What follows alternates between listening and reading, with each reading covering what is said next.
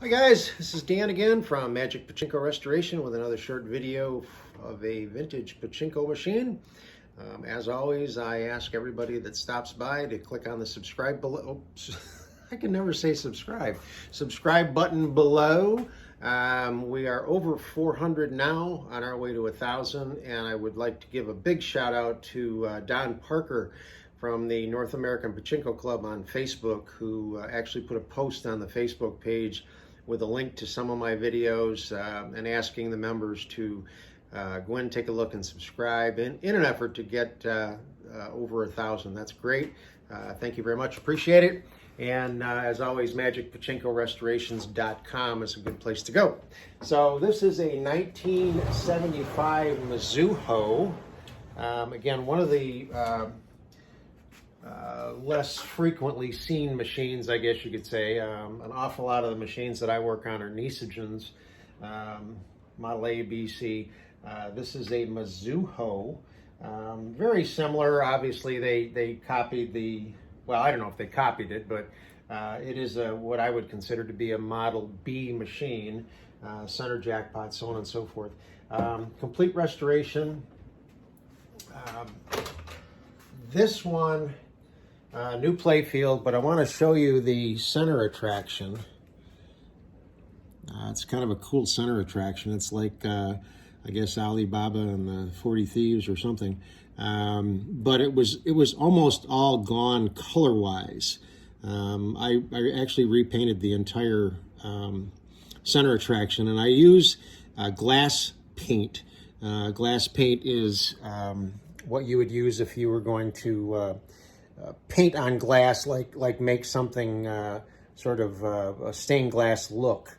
It's a water base. It's really easy to work with, and you can mix colors and so on. So it's much easier to use than the enamel paints. So there's the front. Swing it around, show you that beautiful red mahogany. And as always, I put the 12-volt supplies on them. This particular brand has a default that is closed. The ball dump default is in the closed position, unlike the Nisogens that can unlatch and be in the open position anytime. These are always in the closed position unless you want to open it, and then it's a pushover here, and it will open up the swing these fingers out of the way and let the balls dump out of the machine in an effort to empty the machine. Okay, this one also has that maintenance, the little prongs there that would drop in and stop the balls here and not let them go down into the jackpot chamber. So when you go to load this machine, you want to make sure that this is out of the way, and that will let the balls roll all the way through the system. Okay, so let me get the balls. And as always, start with a handful. Make sure they run through the system and end up in the jackpot. Let me get this plugged in. So the ball out light, this is an odd position for the ball out light. Normally it's up in this corner, but the way this one was wired is this is the ball out, this is the jackpot light. So go figure, but that's the way it was wired. So once you know that the balls are going to flow down through there the way they're supposed to, then you can continue to fill your upper chamber, your upper hopper. And depending on how many pachinko balls you have, the vast majority of them go here. This is the biggest mistake that most people make when they're trying to get a pachinko machine to work, is they simply don't fill this up full enough. If you have 300 balls, you want 275 of them in here. You got 500, you want 575 of them up here. They all go in here to feed the machine. Everything keys off of this being full. The other thing you need to be aware of is this is called the seesaw chamber, and in there, in this particular case, is a chrome piece, the seesaw, and it sits on an angle like this, which is where you want it to be, rather than an angle like this. So if you ever see that seesaw down, you simply push up on this little push pin here, and it'll bring the jackpot up. So this is where you want it to be to start. You'll also need a catch tray. Losing balls here, winning balls dump here. So something similar to this. It can be anything as long as it's the right size to catch the balls, okay? So that's the back side of the machine. Swing it back around and run some balls through it. Kind of a funny story. There was a metal piece that went down in here somewhere, and when I went to put it back together, I wasn't 100% sure where it was supposed to go. It's one of the things that I always recommend you take pictures. If you're starting to take these machines apart, take pictures of what they look like before you take them apart. I've done enough of these that most of the time I don't need pictures. I only take pictures of stuff I've never seen before. Unfortunately, I thought I was smarter than I really am. And I got the metal piece back in there. And when I went to do this, to let the balls from the upper feed tray go down into the lower tray, which is what just happened, I could hear the balls go, but they didn't come out.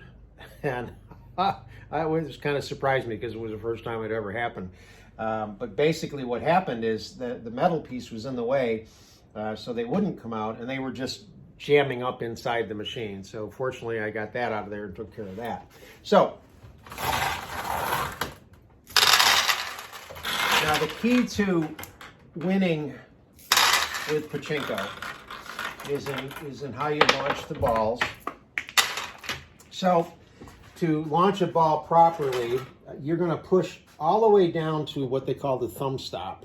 I'm not sure why, because I guess your thumb would hit it. I use my fingers under here, but you're going to push it all the way down so it loads a ball, and then just let it roll off your thumb. And I try to have the spring tension on these set so that when you do launch it, it goes over to this side without having a lot of force and slamming into the bumper, because I want it, ideally you want the balls to drop down through the middle. That's your best chance at hitting something, and the center attractions typically will open the tulips if they're not already open. So that time I went all the way down, but came up just a little before I released. And it stayed on this side and went in that tulip, obviously. So now I'd like to try to bring a ball over here and catch this tulip, so I'm going to go all the way down. And I ended up catching the middle tulip. And there we go. Okay. So obviously the tulips being open are a lot easier. They make a much bigger target. So what I'll do is I'll briefly show you the center attraction. If it goes right down the middle, we'll go over and open these two. If it stays on this side, it'll open this one.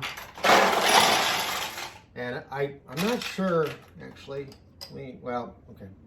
I think if you put it on this side, it opens both of these. I think that's the pathway. These are just single wins. This is a single win. And it's kind of interesting. This is a triple, if you could, I don't know if you can see it from the top. Let me see if we can get in there. You might be able to see it. I think you can. There's a triple, I don't know, whatever you want to call it, but there's only one hole. So they actually put Pachinko balls behind here so that a ball wouldn't go down in and get stuck in there. I thought that was kind of interesting. So the original Pachinko balls from the parlor are back in there.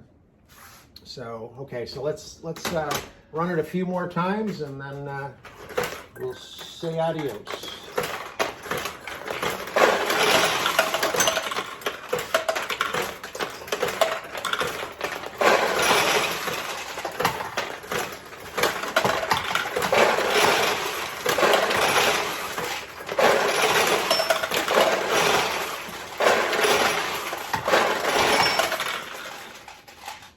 So that's the 1975 Mizuho. Enjoy.